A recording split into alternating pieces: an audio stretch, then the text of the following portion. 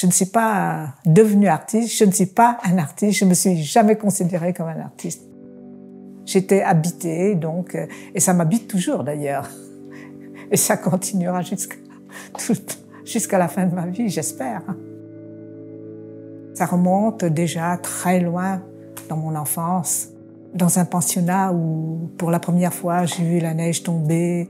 J'ai découvert les couleurs sous la neige. Alors, tout était changeant pour moi.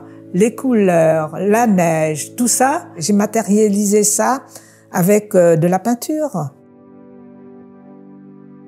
Pour moi, je l'amenais vers la clarté.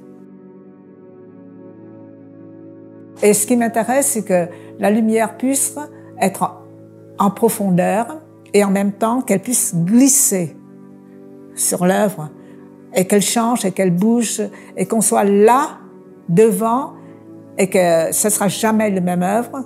Et ces lignes ont une signification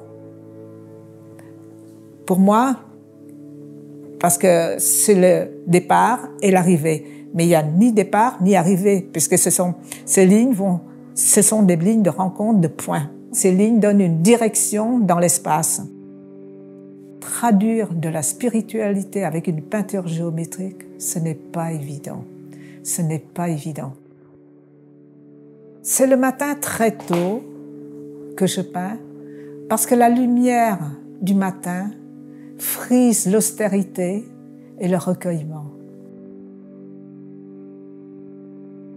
La lumière naturelle me renvoie à toutes mes heures de concentration sur le tableau et c'est là que je vois vraiment tous mes coups de pinceau, les travers que je ne regrette pas puisque c'est moi, ce sont mes gestes. Aussi parfaits qu'imparfaits, je les accepte puisque c'est moi-même. J'utilise mes propres pigments parce que je les recherche et je les travaille avec des tons chauds. Une fois que ces pigments sont apposés sur l'œuvre, elle renvoie une lumière très douce, une clarté très douce. Il faut avoir vécu tous les passages pour que l'œuvre soit imprégnée justement de sentiments, de profondeur. Tous mes tableaux, je les visualise déjà finis. Pour la simple raison que tout ce que je fais, avant qu'elle soit terminée, ce n'est qu'un parcours, c'est comme une lumière que je vois au loin et je marche sur une route, sur un chemin caillouteux. C'est un voyage.